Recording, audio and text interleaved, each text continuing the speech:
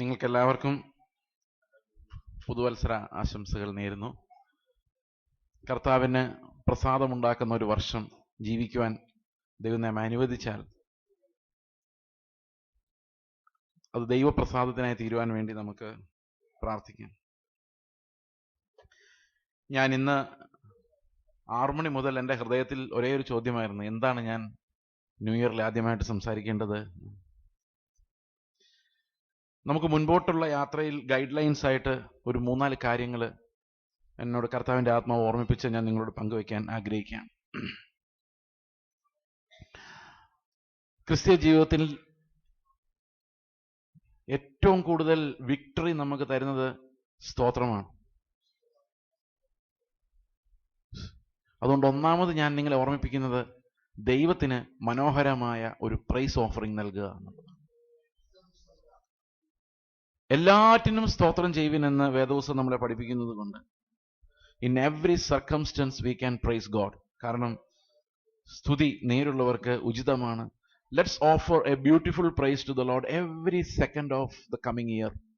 വരുന്ന വർഷം മുഴുവൻ ദൈവത്തെ സ്തുതിക്കുവാൻ ദൈവം നമ്മളെ സഹായിക്കണം, സ്തോത്രം ചെയ്യുവാൻ. അത് ദൈവത്തിന്റെ രാജത്വത്തെ നമ്മൾ സ്വീകരിക്കുന്നതിന് തുല്യമാണ്. സ്തുതി സ്തോത്ര കോലാഹലങ്ങളോടുകൂടെ ആഘോഷത്തോടുകൂടി നമ്മുടെ രാജാവിനെ നാം നമ്മുടെ ഹൃദയത്തിൽ ആഘോഷിക്കുകയാണ്.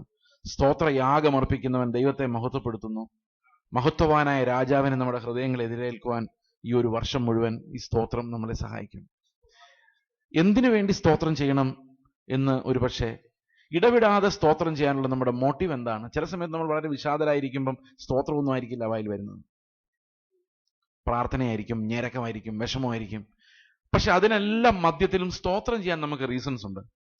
നമ്മൾ ഈ കഴിഞ്ഞ ദിവസം എല്ലാം കണ്ട ഒരു കാര്യമാണ് മനസാക്ഷി കോടതിയുടെ ഒരു പ്രശ്നം. അതായത് സെൽഫ് റൈച്ചസ് ആയിട്ടുള്ള ഒരു കോടതി നമ്മെ എപ്പോഴും കുറ്റവിമുക്തനാക്കുകയും വേറൊരാളുടെ മേൽ ഈ പഴി ചാരുകയും ചെയ്യുന്ന ഒരു കോടതി സിസ്റ്റം നമ്മുടെ ഉള്ളിലുണ്ട്. മനുഷ്യരുടെ കോടതി എപ്പോഴും അൺജസ്റ്റ് ആണ്. അൺജസ്റ്റ് എന്ന് പറഞ്ഞാൽ അറിയാമല്ലോ എന്താണ്? അനീതിയുള്ളതാണ്. അവന്റെ നന്മതിന്മകളുടെ സിസ്റ്റം ദൈവത്തിന്റെ നീതിയോട് യോജിക്കുന്നതല്ല, അനീതിയുള്ളതാണ്. ഈ അനീതിയുള്ള മനുഷ്യരുടെ കോടതിയിലാണ് മിക്കവാറും നമ്മൾ നീതി തേടി നടക്കുന്നത്. അത് വേറെ കാര്യം. പക്ഷെ റിയലി അത് അനീതിയുള്ള കോടതിയാണ്. അതുകൊണ്ട് ഏതെങ്കിലും ഒരു മനുഷ്യൻ നിങ്ങളെ നീതീകരിക്കാൻ വേണ്ടി നിങ്ങൾ കാത്തിരിക്കരുത്. നിങ്ങൾ നീതിമാനാണെന്നുള്ളതിന്റെ ഒരു മനുഷ്യന്റെ സർട്ടിഫിക്കറ്റ് ദൈവത്തിന് ആവശ്യമില്ല. കാരണം അവൻ നീതിമാനാണെന്ന് വിധിച്ച കോടതിയും അനീതിയുള്ള കോടതിയാണ്. ഇത് നമ്മളൊരു ഇത്തിരി എക്സ്റ്റെൻഡ് ചെയ്ത് ചിന്തിച്ചാൽ മനുഷ്യരുടെ കോടതി ഉണ്ടാക്കുന്ന ഏറ്റവും വലിയ അപകടം എന്താണെന്ന് നമുക്ക് ചരിത്രത്തിൽ കാണാൻ പറ്റുന്നത് ക്രിസ്തുവിന്റെ ക്രൂശീകരണത്തിലാണ്. മനുഷ്യരുടെ കോടതിയുടെ മുൻപിൽ സൃഷ്ടിതാവായ ദൈവം വന്ന് നിൽക്കുന്ന കാഴ്ച ഒന്ന് ഓർത്തു നോക്കാം. ലോകത്തിൽ ഇന്നേ വരെ കേട്ടിട്ടില്ലാത്ത ഒരു പ്രത്യേകതരം വിധി പ്രസ്താവനയുമായിട്ട് ഗവർണർ പീലാത്തോസ് നിൽക്കുകയാണ്. ഞാൻ ഈ മനുഷ്യനിൽ ഒരു കുറ്റവും കാണുന്നില്ല, അവനെ ക്രൂശിക്കുക. ഇങ്ങനെ ഒരിക്കലും കേട്ടിട്ടുണ്ടാവില്ല. ഈ ക്രിസ്ത്യാനികളെ എങ്ങനെ പീഡിപ്പിക്കേണ്ടതെന്നുള്ള കാര്യത്തിൽ അവർക്കുള്ള കൺഫ്യൂഷൻ ഇതായിരുന്നു. കുറ്റമൊന്നും കാണുന്നില്ല, പക്ഷെ കൊന്നേ പറ്റുള്ളൂ. ചരിത്രത്തിൽ ഒത്തിരി നിരപരാധികൾ കൊല്ലപ്പെട്ടിട്ടുണ്ട്. പക്ഷെ അവരുടെ പേരിൽ എന്തെങ്കിലും ഒരു കുറ്റം ആരോപിച്ച് കള്ളസാക്ഷികളെ വെച്ചെങ്കിലും തെളിയിച്ചിട്ടാണ്. പക്ഷെ യേശുവിന്റെ വിധി പ്രസ്താവന എന്താന്ന് ചോദിച്ചു കഴിഞ്ഞാൽ ഇവൻ ഒരു കുറ്റവും ചെയ്തിട്ടില്ല, അവനെ ക്രൂശിക്കുക എന്നാണ്. ഇങ്ങനൊരു വിധി ലോകത്ത് ആകെ അവിടെ മാത്രമേ നടന്നിട്ടുള്ളൂ.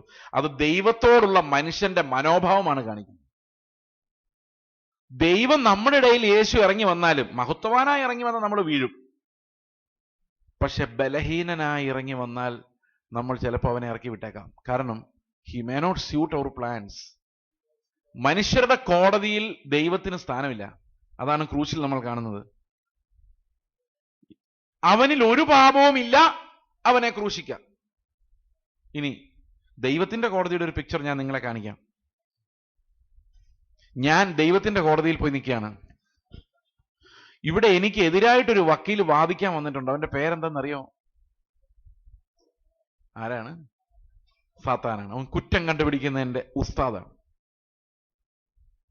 അവൻ ദൈവത്തിന് മുമ്പിലെ കോടതി ന്യായാധിപന്റെ മുമ്പിൽ പറയാണ്, ചേസിനെ കുറിച്ച് എനിക്ക് കുറച്ച് കുറ്റം പറയാനുണ്ട്.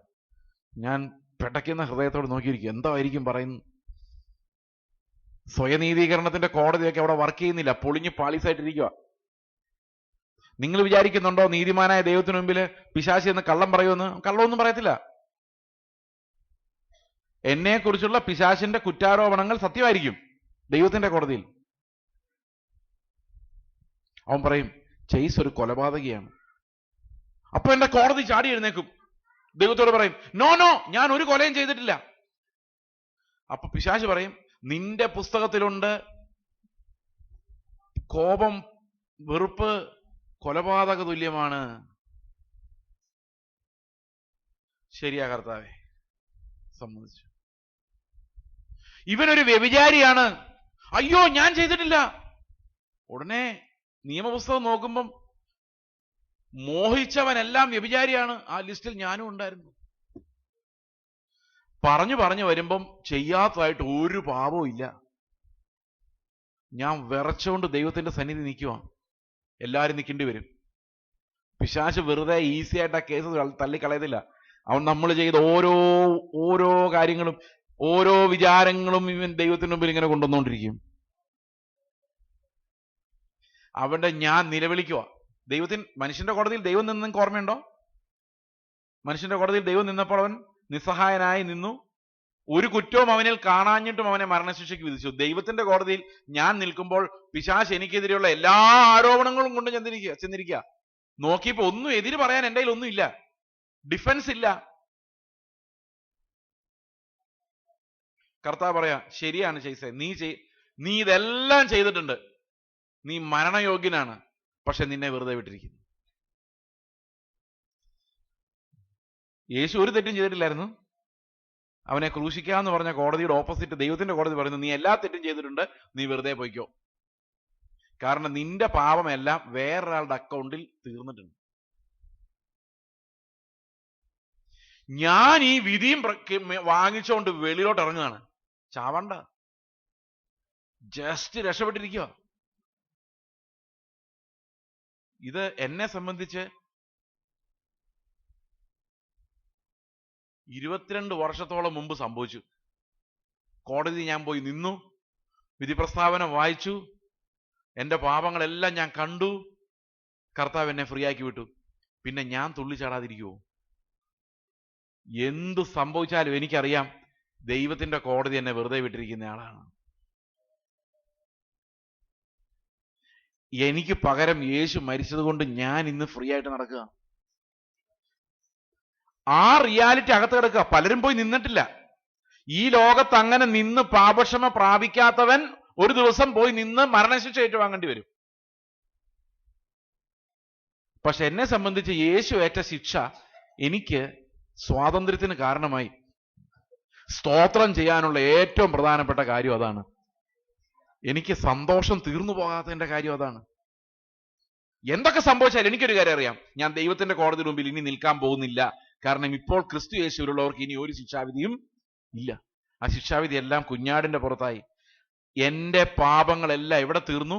അവന്റെ അക്കൗണ്ടിൽ തീർന്നു. അവന്റെ നീതിയാണ് എന്റെ അക്കൗണ്ടിൽ ഇപ്പൊ കിടക്കുന്നത്. അപ്പൊ ദൈവത്തിനൊരു മനോഹരമായ സ്തോത്രം നമുക്ക് എപ്പോഴും പറയാം. കാരണം അവൻ നമ്മെ വിടുവിച്ച നീതിമാനായ ദൈവമാണ്. അവൻ നമ്മുടെ പാപങ്ങൾക്കൊത്തവണ്ണം നമ്മോട് ചെയ്യാതെ നമ്മളെ സ്വതന്ത്രനാക്കി വിട്ടിരിക്കുന്നതിനാൽ ജുഡീഷ്യലി വി ആർ ജസ്റ്റിഫൈഡ്. അതുകൊണ്ട് ദൈവത്തിന് മുമ്പിൽ നാം പ്രാപിച്ച കൃപ ഓർക്കുമ്പോൾ നമുക്ക് ദൈവത്തെ സ്തോത്രം ചെയ്യാൻ പറ്റും. അതുകൊണ്ട് ഓരോ നിമിഷവും നാം സ്തോത്രം ചെയ്യുന്നത് ശീലിക്കുമ്പോൾ എല്ലാം പറയും, കർത്താവെ ഈ ലോകത്ത് എന്ത് സംഭവിച്ചാലും ഐ എം നോട്ട് അഫ്രൈഡ്. കാരണം നിന്റെ മുൻപിൽ എനിക്ക് നീതീകരണമുള്ളതിനാൽ ദൈവം നീതീകരിച്ചവനെ കുറ്റം വിധിക്കുന്നവൻ ആർ. So we are offering a beautiful praise to the Lord. കോടതി മാത്രമല്ല ക്രൂശിൽ നമ്മൾ കാണുന്നത്, ഒരടിമ ചന്തയും കൂടെയാണ്. എന്നെ അടിമയായിട്ട് കൊണ്ടു നടക്കുമായിരുന്നു. ആരാ കൊണ്ടു നടന്നുകൊണ്ടിരുന്നത്? സാത്താൻ. പാപത്തിന്റെ അടിമയായിരുന്നു. കർത്താവ് എന്നെ അടിമച്ചന്തയിൽ നിന്നും വിലയ്ക്ക് വാങ്ങി ദൈവത്തിന് പ്രസാദമുള്ള ഒരു യാഗമായി അവൻ തന്നെത്താൻ അർപ്പിച്ച് അവന്റെ രക്തം മറുവിലയായി കൊടുത്ത് എന്നെ സ്വതന്ത്രനാക്കി. ഈ രക്തം ആർക്കാ കൊടുത്തത്? പിശാചിനല്ല കൊടുത്തത്, ദൈവത്തിനു മുമ്പിൽ അർപ്പിക്കുമായിരുന്നു. To purchase me. അതുകൊണ്ടാണ് വേദപുസ്തകത്തിൽ പറയുന്നത് നാം നമുക്കുള്ളവരല്ല, നാം വിലയ്ക്ക് വാങ്ങപ്പെട്ടവരാണ്. ദൈവത്തിന്റെ സ്വന്തമാണ്. ദൈവം നമുക്ക് സ്വന്തമാണ്. അതുകൊണ്ടാണ് നമ്മൾ അവനെ സ്തോത്രം ചെയ്യുന്നതിന്റെ വേറൊരു കാരണം. ഒന്ന് കോടതി മുറി, മറ്റൊന്ന് ഒരു അടിമച്ചന്ത, മൂന്നാമതൊരു കാഴ്ചയും കൂടെ നമുക്ക് കാണാം. എന്താണ്? ഒരു ദേവാലയത്തിലെ യാഗപീഠം. നിങ്ങൾക്കറിയോ പഴയ നിയമത്തിലെ യാഗപീഠം എന്ന് പറഞ്ഞാൽ എങ്ങനെ ഇരിക്കുമെന്ന്? നമ്മുടെ ഇന്നത്തെ നല്ല ക്ലീൻ ആൻഡ് നമ്മൾ കണ്ടില്ലേ, ഇത് എത്ര ഭംഗിയുള്ള വെളുത്ത വസ്ത്രം കൊണ്ട് മൂടി വെച്ചിരിക്കുന്നു. ഒന്നും മോശമായിട്ടൊന്നും കാണാനില്ല. പക്ഷെ പഴയ നിയമ ആരാധനാലയം എന്ന് പറഞ്ഞാൽ ഒരു കശാപ്പുശാല പോലെയാണ്. രക്തവും മാംസവും ചിതറിക്കിടക്കുന്ന, യാഗമർപ്പിക്കുന്ന, മാംസത്തിന്റെ മണമുള്ള ഭയാനകമായ ഒരു ചിത്രമാണ്. അവിടുത്തെ പുരോഹിതനൊക്കെ കണ്ട ഈ അറക്കാൻ നിൽക്കുന്നവനെ പോലെ നിൽക്കുന്ന, കുപ്പായൊക്കെ ഇട്ട്. ഇതെല്ലാം എന്തിനെ സൂചിപ്പിക്കുന്നു എന്ന് ചോദിച്ചു കഴിഞ്ഞാൽ പാപത്തിന്റെ ഭീകരതയാണ് സൂചിപ്പിക്കുന്നത്. ഒരു ദിവസം യേശു അറവുശാലയിലിട്ട് പോയി യാഗമൃഗമായിട്ട്. ഇപ്പൊ ചിതറിക്കിടക്കുന്ന അവന്റെ രക്തമാണ്. ആ ഭീകരമായ കാഴ്ച എന്റെ മുമ്പിൽ അവൻ സ്വയം അർപ്പിച്ച മഹാപുരോഹിതനാണ്. അതുകൊണ്ടും കൂടിയാണ് ഞാൻ അവനെ സ്തോത്രം ചെയ്യുന്നത്. I make a beautiful praise to my Lord because he suffered such a painful death for my sake. എനിക്ക് വേണ്ടി ഇത്ര ഭയാനകമായ മരണം സഹിക്കാൻ മാത്രം അവൻ തന്നെത്താൻ ഏൽപ്പിച്ചു കൊടുത്തുകൊണ്ട് ഞാൻ അവനെ സ്തോത്രം ചെയ്യുന്നു. അവസാനത്തെ ഒരു കാഴ്ച എന്ന് പറയുന്നത് ഒരു വീടിന്റെ കാഴ്ചയാണ്. എൻ്റെ അപ്പൻ എന്നെ നോക്കി കാത്തിരിക്കുന്ന ഒരു കാഴ്ചയാണ്. ചെന്നെന്നെ കെട്ടിപ്പിടിക്കുന്ന, ആലിംഗനം ചെയ്യുന്ന പിതാവിന്റെ സ്നേഹത്തിന്റെ കാഴ്ചയാണ്. ലാസ്റ്റ് സൈറ്റ്, റിക്കൺസിലിയേഷൻ, ദൈവവുമായുള്ള ഒന്നുചേരൽ. ഇതെല്ലാം കർത്താവ് ക്രൂശിൽ എനിക്ക് നേടിത്തന്നത് കൊണ്ടാണ്. That's the reason I praise God. എന്നെ ഒരു വർഷം കാത്തതൊന്നും അല്ല എന്റെ പ്രശ്നം. ഇന്ന് എന്റെ ഉള്ളില് ഒന്നിനും തള്ളിക്കെടുത്താൻ പറ്റാത്ത ആനന്ദം നിറയുന്നതിന്റെ കാരണം I know I belong to God. ഈ ദൈവം എന്റെ ദൈവമാണ്, ഈ ദൈവം എന്റെ ദൈവം എന്ന് പറയുന്നതിനേക്കാളും ഞാൻ എന്റെ ദൈവത്തിന്റെ സ്വന്തമാണ്. ഓക്കെ, രണ്ടാമത്തെ കാര്യം എന്ന് പറയുന്നത്, ഈ വർഷം 2017 എന്ന് ഞാൻ പറയുന്നില്ല, നമ്മുടെ ജീവിതകാലം ഉള്ളിടത്തോളം കാലം we will make a perfect witness for our Lord. ദൈവത്തിന് വേണ്ടി ഒരു നല്ല സാക്ഷിയാകുവാൻ ഈ ഒരു വർഷം ദൈവം നമ്മളെ സഹായിക്കും. നമുക്ക് യോഹന്നാന്റെ സുവിശേഷം 1-ാം അധ്യായത്തിന്റെ 18-ാം വാക്യം വായിക്കുന്നതിന് മുൻപ് ഞാൻ നിങ്ങളോടൊരു കാര്യം ചോദിക്കാം. പഴയ നിയമത്തിൽ എവിടെയെങ്കിലും വെച്ച് ദൈവത്തെ ആരെങ്കിലും കണ്ടിട്ടുണ്ടോ? പിതാവിനെ ആരെങ്കിലും കണ്ടിട്ടുണ്ടോ?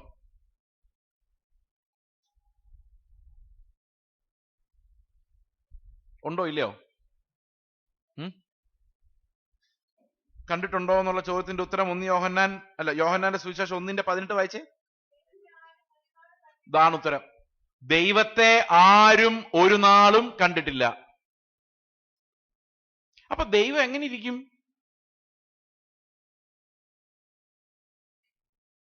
പഴയ നിയമത്തിൽ ആരെല്ലാം ദൈവത്തെ കണ്ടു എന്ന് പറയുന്നുണ്ടോ അവിടെയെല്ലാം യേശു ക്രിസ്തു മനുഷ്യനുമായുള്ള ബന്ധത്തിൽ ഇറങ്ങി വന്നുകൊണ്ട് മാത്രമാണ് കണ്ടത്. ദൈവത്തെ അവന്റെ തേജസ്സിൽ കണ്ടിട്ടില്ല.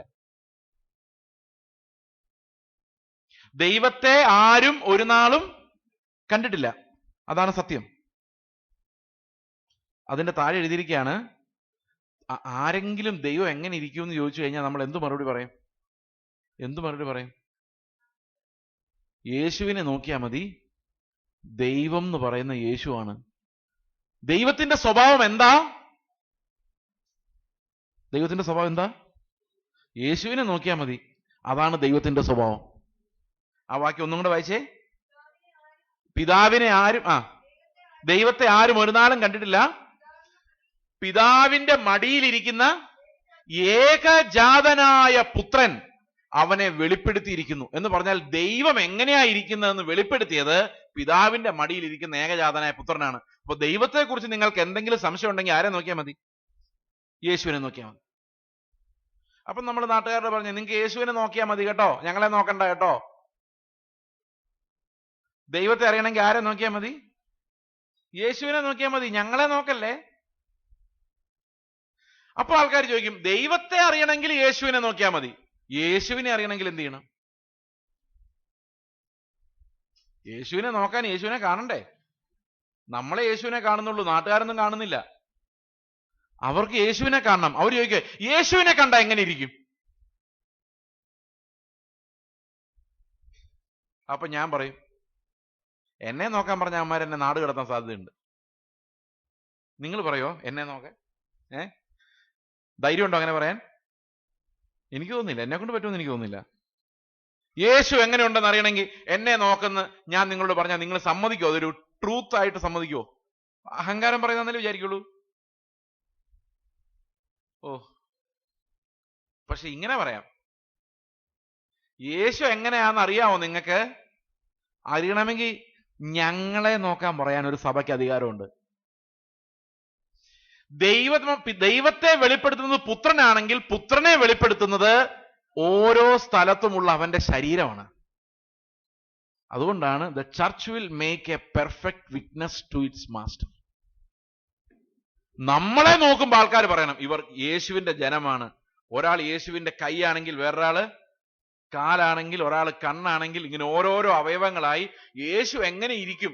ഒരാളുടെ ബലഹീനത വേറൊരാള് തികച്ച്, അങ്ങനെ ഒരു ഒറ്റ ശരീരമായി യേശുവിന്റെ വിറ്റ്നസ് ആയിട്ടാണ് ഓരോ സഭയും പണിയപ്പെടുന്നത്. 2017 സഭയോട് ദൈവത്തിന്റെ ആത്മാവ് പറയുന്ന ഇതായിരിക്കുമെന്ന് ഞാൻ വിശ്വസിക്കുന്നു. Make a perfect witness. ഈ ചുറ്റുപാടുമുള്ള ആളുകളുടെ ഇടയില് ദൈവത്തിന്റെ നാമത്തിന് ഒരു നല്ല മഹത്വം കൊണ്ടുവരുവാൻ നമ്മളെ ദൈവം വിളിക്കുന്നു. നിങ്ങൾ ഇങ്ങനത്തെ ഒരു ചൊല്ല് കേട്ടിട്ടുണ്ടോ?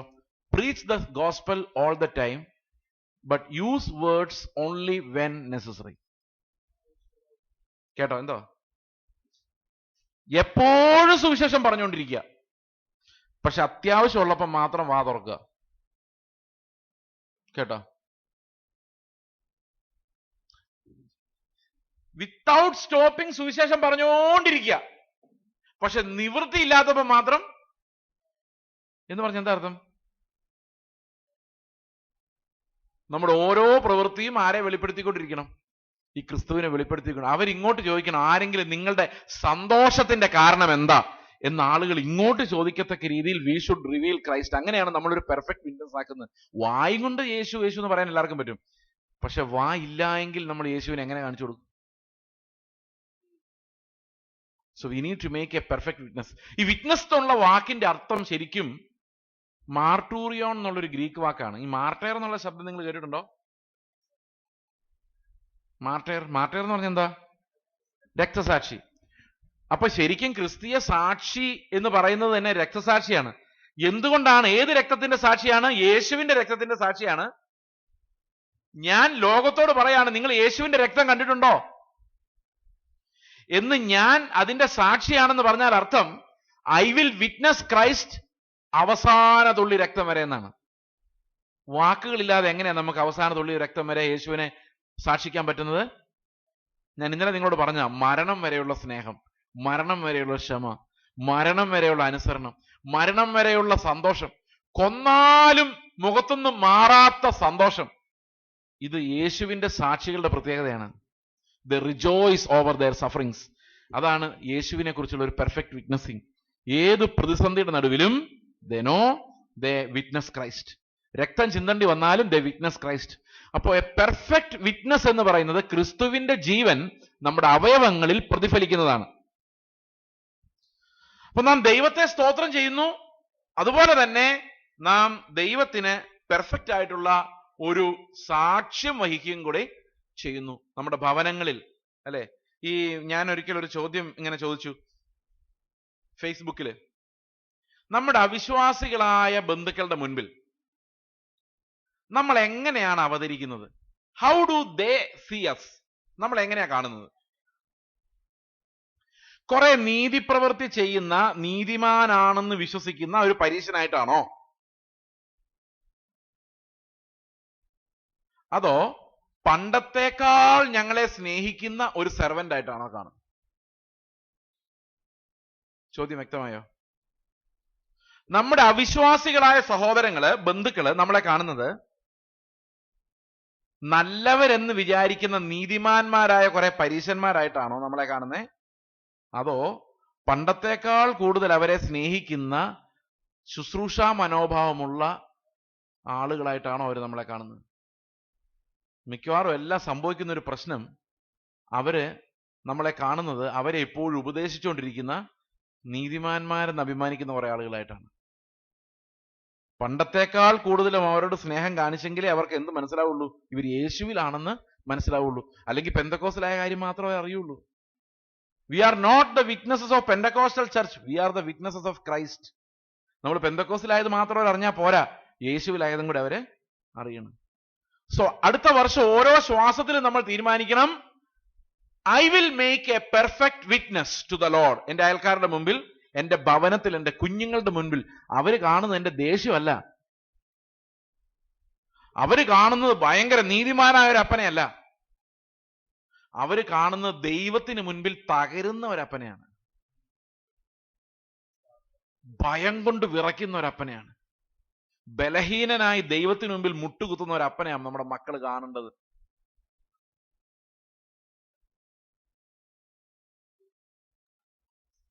ഞാൻ ഇങ്ങനെ വിശ്വസിക്കാൻ കാരണം, കുടുംബത്തിൽ നമ്മൾ മക്കളെ പഠിപ്പിക്കാത്ത ഒരൊറ്റ കാര്യം ദൈവഭയമാണ്. ഈ ദൈവഭയം എങ്ങനെ പഠിപ്പിക്കുന്നത്? ദൈവത്തെ നമ്മൾ രാത്രി ചെറുപ്പത്തിലൊക്കെ പിള്ളേരെ പഠിപ്പിക്കുന്നത് യേശുപ്പച്ച അടിക്കും കേട്ടോ, ഇങ്ങനെയാണോ ദൈവത്തിന്റെ ഭയം പഠിപ്പിക്കുന്നത്? നോ. ദൈവത്തിന്റെ ഭയം പഠിപ്പിക്കാൻ ദൈവഭയമാണ് യഹോവ ഭക്തി. അത് ഫിയർ ഓഫ് ദ ലോർഡ് എന്നാണ് ഇംഗ്ലീഷിൽ. The fear of the Lord is the beginning of wisdom. എങ്ങനെ ദൈവഭയം പഠിപ്പിക്കാം? ആകെ ഒരു വഴിയുള്ളൂ, നിങ്ങൾ ദൈവത്തെ ഭയപ്പെടുന്നവർ കാണണം. എന്റെ മക്കൾ കാണുന്നത് ഈ വീട്ടിലെ യജമാനൻ എന്റെ അപ്പനല്ല, ഈ വീട്ടിലെ യജമാനൻ എന്റെ അമ്മയല്ല, ഈ വീട്ടിൽ അവരെല്ലാം സാഷ്ടാംഗം വീണ് കിടക്കുന്ന ഒരു വലിയ യജമാനനുണ്ട്, അവനെ ഭയപ്പെടേണ്ടതാകുന്നു എന്ന് നമ്മുടെ മക്കൾ പഠിക്കണമെങ്കിൽ അനീതിയിൽ വിറയ്ക്കുന്ന, ഭയപ്പെടുന്ന, ദൈവത്തെ അനുസരിക്കാൻ പിടയ്ക്കുന്ന ഒരു ഹൃദയമുള്ള അപ്പനും അമ്മയ്ക്കുമേ ദൈവഭക്തിയുള്ള മക്കളെ വളർത്താൻ സാധിക്കത്തുള്ളൂ. നമ്മൾ വിചാരിക്കും നമ്മുടെ വടിയുടെ അറ്റത്താണ് ഇതെല്ലാം ഇരിക്കുന്നതെന്ന്. നോ, നമ്മുടെ കണ്ണുനീരിന്റെ അറ്റത്താണ് ഇതെല്ലാം ഇരിക്കുന്നത്. ഓക്കെ, അപ്പോൾ യേശുവിനെ കുറിച്ച് നമ്മുടെ ഭവനത്തിൽ സാക്ഷിക്കണമെങ്കിലും ഞാൻ പലപ്പോഴും ആലോചിച്ചിട്ടുണ്ട്, നമ്മൾ വയലന്റ് ആയിട്ട് പിള്ളേരോട് റെസ്പോണ്ട് ചെയ്യുമ്പോൾ അവരെന്താ കാണുന്നതെന്നറിയോ? എന്താ കാണുന്നേ? വയലന്റ് ആയാൽ കുഴപ്പമില്ല, വയലന്റ് ആയാൽ കുഴപ്പമില്ല. പിന്നെ നമ്മൾ നമ്മുടെ ഭവനങ്ങളിൽ സാക്ഷ്യം നഷ്ടപ്പെടുന്ന വേറൊരു കാര്യം, പിള്ളേരോട് എടാ പഠിച്ചില്ലെങ്കിൽ നീയൊക്കെ തെണ്ടി നടക്കത്തേ ഉള്ളൂ പറയരുത്. ശാപം അത്. പഠിച്ചത് കൊണ്ടല്ല ഒരാൾ വലിയതാളാവുന്നത്, യേശു ഉള്ളവനാ വലിയവൻ.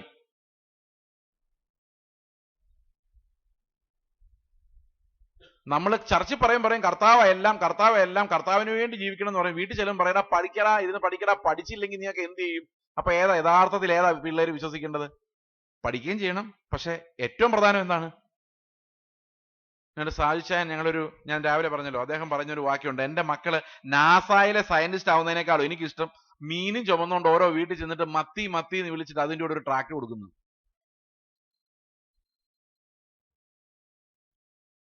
ഇത്തിരി കഠിനമാണ്, പക്ഷെ if you are making a perfect witness of the Lord in your family, നിങ്ങളുടെ മക്കൾ ദൈവവേല തന്നെ ചെയ്യും. കാരണം they will fear the Lord. അവർ വിചാരിക്കുള്ളൂ ദൈവത്തിന് വേണ്ടി പണിയുന്നതിനേക്കാളും വലിയൊരു പണി ലോകത്തില്ല എന്ന്. നിങ്ങൾ നിങ്ങളുടെ മക്കളെ പഠിപ്പിക്കുന്നുണ്ടോ? Do you witness Christ in your home?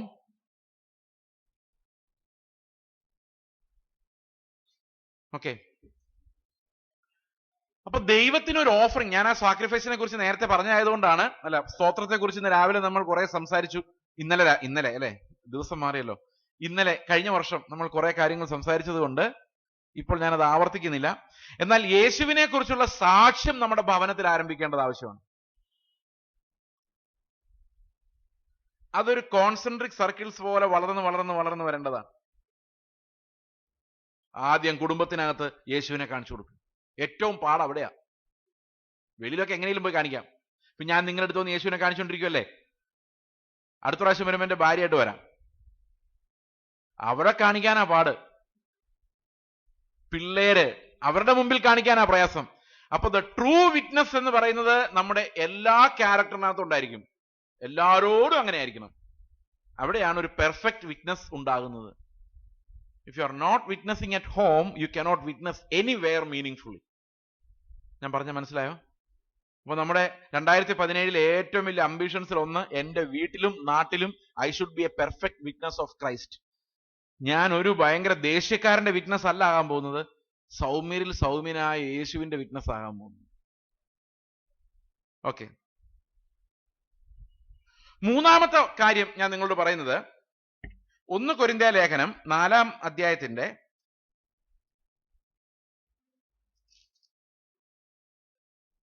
2 കൊരിന്ത്യർ ലേഖനം 3-ാം അധ്യായത്തിന്റെ 12 മുതൽ 18 വരെയുള്ള വാക്യങ്ങളാണ്. ഒറ്റ വാക്യത്തിൽ ഞാനത് പറഞ്ഞാൽ അത് ഇങ്ങനെ പറയാം: ദൈവത്തിന്റെ പ്രസൻസിൽ ഓരോ നിമിഷവും ചിലവഴിക്കുക. Daily live in his presence. ദൈവത്തിന്റെ സാന്നിധ്യത്തിൽ ജീവിക്കുക. ഈ സാന്നിധ്യം എന്ന് പറയുന്നത് നമ്മൾ വിചാരിക്കുന്ന പോലെ സിമ്പിൾ ആയിട്ടുള്ള ഒരു കാര്യമല്ല. പലപ്പോഴും നമ്മൾ പറയാറുണ്ട്, ദൈവം എന്റെ കൂടെ ഉണ്ടായിരുന്നു ബ്രദർ. കേട്ടിട്ടുണ്ടോ? ചില ആൾക്കാർ പറയും, ദൈവം എന്നോട് ഇന്ന് സംസാരിച്ചു. ഇത് പറയുന്ന കേട്ടാ തോന്നും ദൈവം, നിങ്ങളൊന്ന് ആലോചിച്ചേക്ക്, ദൈവം വന്നൊരു കാര്യം സംസാരിച്ചാൽ നമ്മൾ നിസ്സാരമായിട്ട് അടങ്ങിയിരിക്കുവോ? എത്ര ഈസി ആയിട്ടാണ് നമ്മൾ പറയുന്നത്, ദൈവം അങ്ങനെ പറഞ്ഞു, ദൈവം ഇങ്ങനെ പറഞ്ഞു എന്ന്. അങ്ങനെ ദൈവം പറഞ്ഞിട്ടുണ്ടെങ്കിൽ അത് ഉറപ്പായിട്ട് നമ്മുടെ ജീവിതത്തിൽ ഉണ്ടാവും. കാരണം മനുഷ്യർ പറയുന്നേക്കാളും വില ആർക്കുണ്ട്? നിങ്ങൾക്ക് സത്യത്തിൽ ദൈവത്തിന്റെ പ്രസൻസിനെയാണോ പേടി, മനുഷ്യരുടെ പ്രസൻസിനെയാണോ പേടി? ഒന്ന് ആലോചിച്ച് നോക്കിയേ. ജീവിതത്തിൽ എങ്ങനെയാ സാധാരണ? മനുഷ്യരുടെ പ്രസൻസിനെയാണോ പേടി? നിങ്ങളൊരു പാപം ചെയ്യുമ്പോൾ മനുഷ്യൻ കണ്ടാലാണോ കൂടുതൽ പേടി, ദൈവം കണ്ടാലാണോ കൂടുതൽ പേടി? നിങ്ങൾ കള്ളം പറഞ്ഞ കാര്യം മനുഷ്യർ കണ്ടുപിടിക്കുമ്പോഴാണോ നിങ്ങൾക്ക് കൂടുതൽ വിഷമം, ദൈവം കണ്ടുപിടിക്കുമ്പോഴാണോ കൂടുതൽ വിഷമം? പറ. മനുഷ്യർ കണ്ടുപിടിക്കുമ്പോഴാണ് പ്രയാസം അല്ലേ? ദൈവം എല്ലാം കണ്ടോണ്ടിരിക്കുമല്ലേ? എന്തേലും പ്രയാസമുണ്ടോ? ഒരു പ്രയാസമില്ല.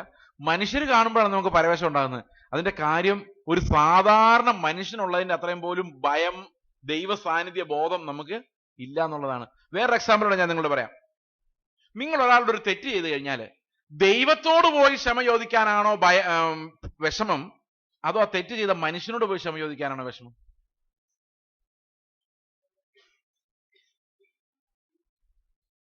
കേട്ടോ, നിങ്ങളൊരു പ്രശ്നം ഉണ്ടാക്കി, ഒരാളോട് ഒരു പ്രശ്നം ഉണ്ടാക്കിയാൽ ദൈവത്തിന്റെ അടുത്ത് പോയി ക്ഷമ ചോദിക്കാനാണോ എളുപ്പം, അതോ മനുഷ്യന്റെ അടുത്ത് പോയി ക്ഷമ ചോദിക്കാനാണോ എളുപ്പം? മനുഷ്യന്റെ അടുത്ത് പോയി ക്ഷമ ചോദിക്കാൻ എളുപ്പമോ, ദൈവത്തിന്റെ അടുത്ത് പോകാൻ? അതോ ആണോ ദൈവത്തിന്റെ അടുത്താണോ? ദൈവത്തിന്റെ അടുത്ത് അപ്പൊ തന്നെ ചോദിച്ചല്ലോ, പക്ഷെ മനുഷ്യന്റെ അടുത്ത് പോകാൻ നമ്മളെ സമ്മതിക്കൂല. എന്താ എന്റെ കാര്യം? അപ്പൊ ആരെയാ നമുക്ക് കൂടുതൽ പേടി? മനുഷ്യന്റെ അഭിപ്രായത്തെയാ. കണ്ടോ? അപ്പൊ നമ്മൾ ജീവിക്കുന്നത് ദൈവത്തിന്റെ സാന്നിധ്യത്തിലല്ല, മനുഷ്യരുടെ സാന്നിധ്യത്തിലാണ്. മനസ്സിലായോ ഞാൻ പറഞ്ഞത്?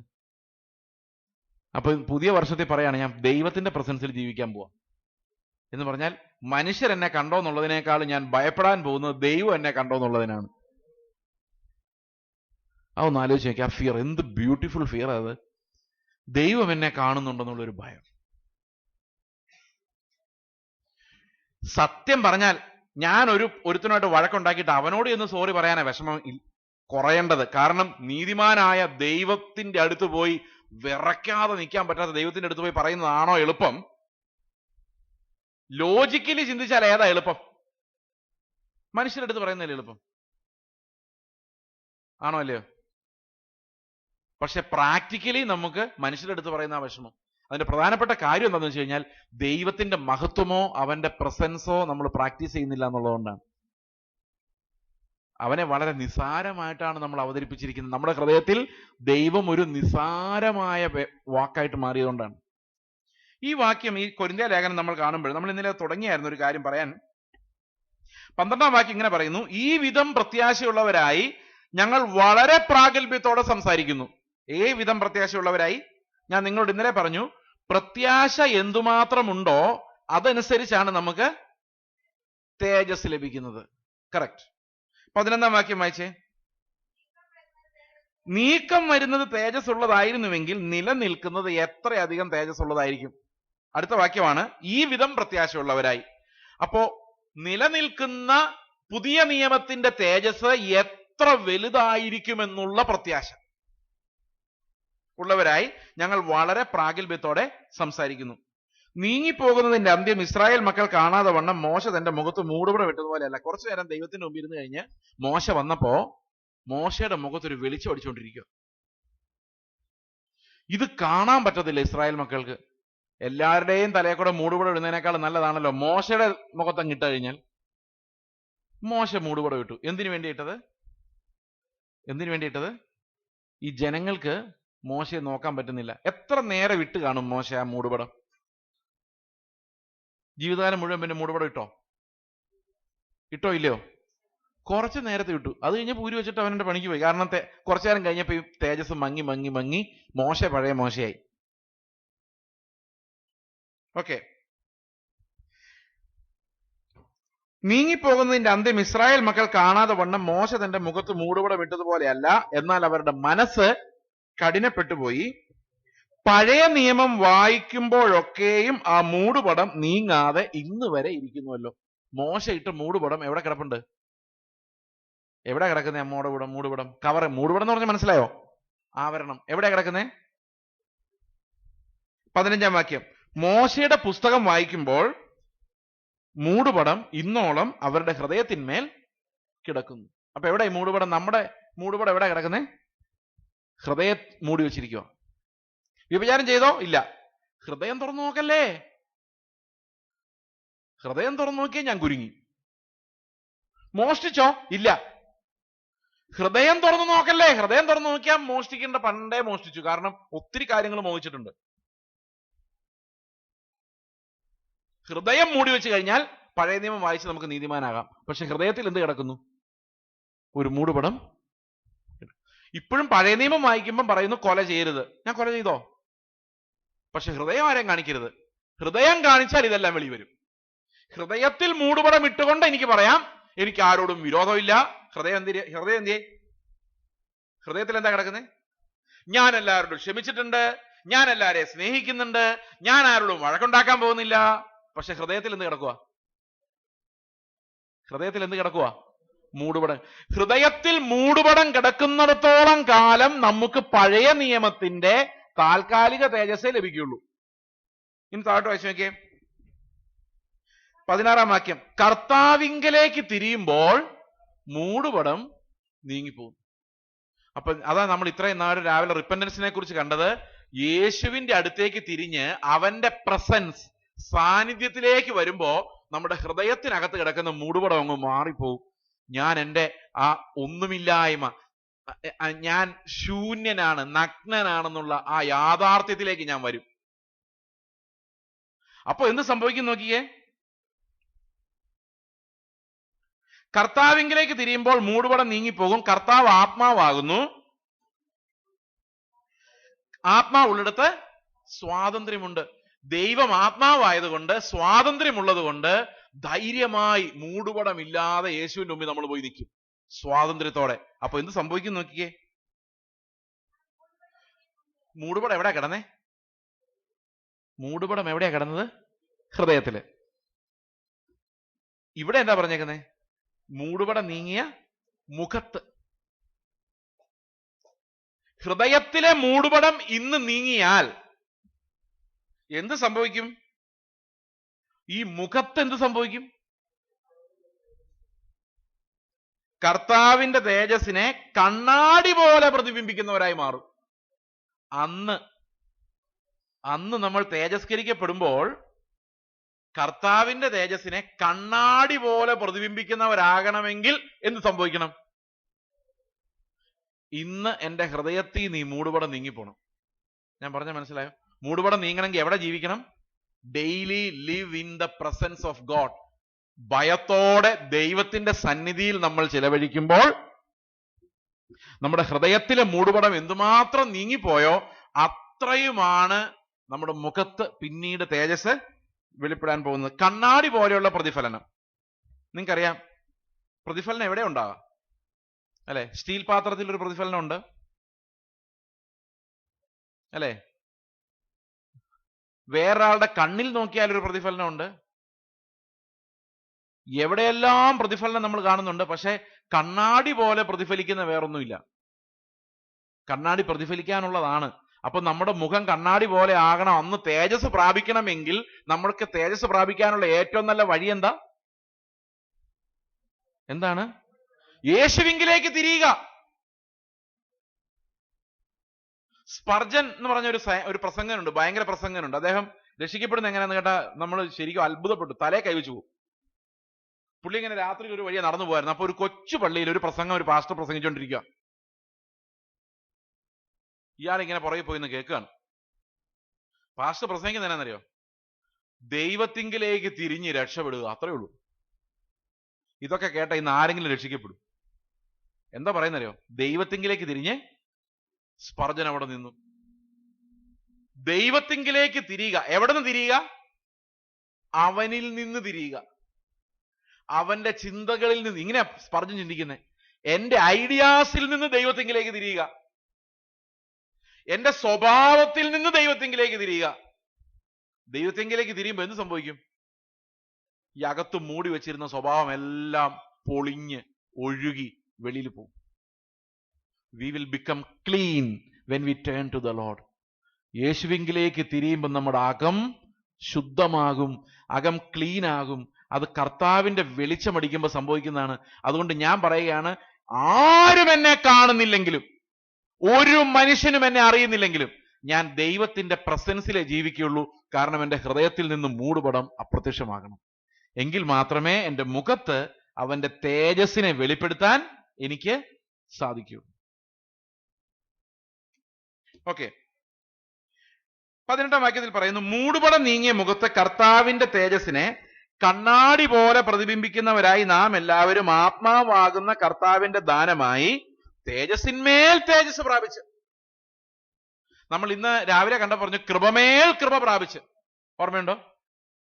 അപ്പൊ കൃപ വന്ന് നമ്മളിൽ നിറയുന്നു എന്ന് പറയുന്ന പോലെ തന്നെ ദൈവത്തിന്റെ തേജസ്സിന്മേൽ തേജസ് നമ്മൾ പ്രാപിക്കണമെങ്കിൽ യേശുവിങ്കിലേക്ക് തിരിഞ്ഞ് നമ്മുടെ മൂടുപടം അഴിക്കണം, നിലവിളിക്കണം.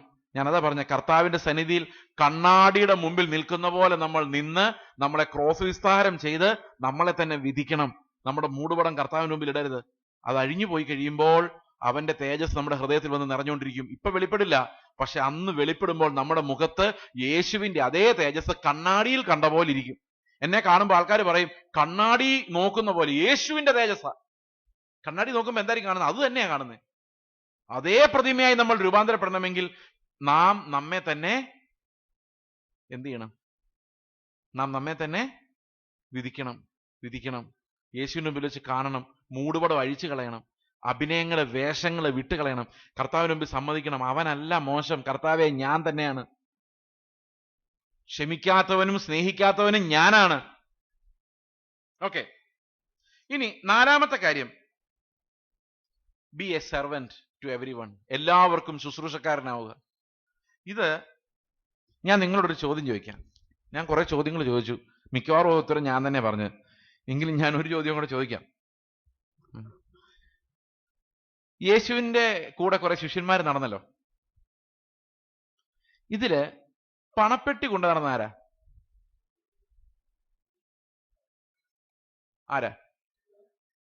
യൂദാണോ?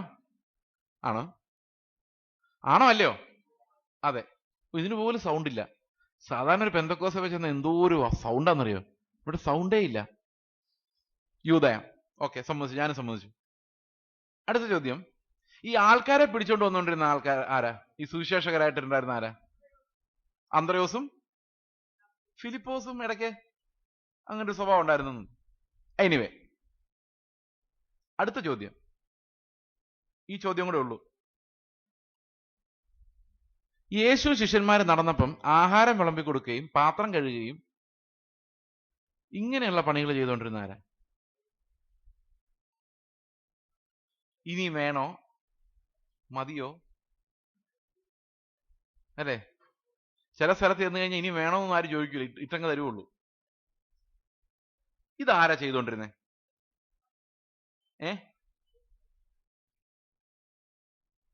ആർക്ക് പറയാം? ക്വിസ് പ്രോഗ്രാം ആർക്ക് പറയാം? ആരും പറയുന്നില്ല? ഞാൻ പറഞ്ഞോട്ടെ. യേശുവാ. എന്റെ ദൈവമേ, ഇങ്ങനെ ബൈബിളിലുണ്ടോ? നമുക്കൊരു വാക്യം വായിക്കാം. ലൂക്കോസിന്റെ സുവിശേഷം 22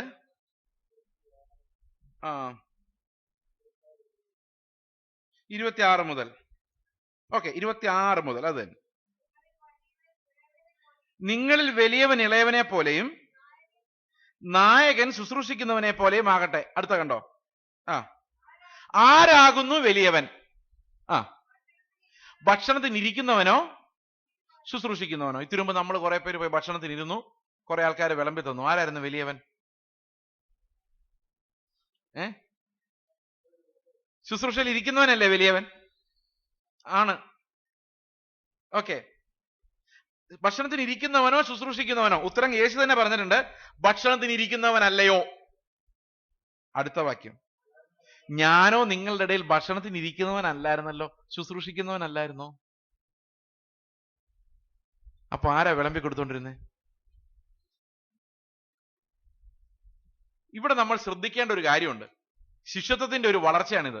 ഞാൻ കാണിച്ചു തരാം എങ്ങനെ വർക്ക് ചെയ്യുന്നതെന്ന്. പറഞ്ഞുതരാം. കാണിച്ചു തരാൻ പറ്റത്തില്ല, പറഞ്ഞുതരാം. ഈ സർവീസ് ചെയ്യുന്നതിന് 2 വാക്കാണ് ബൈബിളിൽ പ്രയോഗിച്ചിരിക്കുന്നത്. ഒന്ന് ഡ്യൂലോസ് എന്ന് പറയും. ഡ്യൂലോസ് എന്ന് പറഞ്ഞാൽ എന്താ നിങ്ങൾക്ക് അറിയാമായിരിക്കും, അടിമ എന്നർത്ഥം.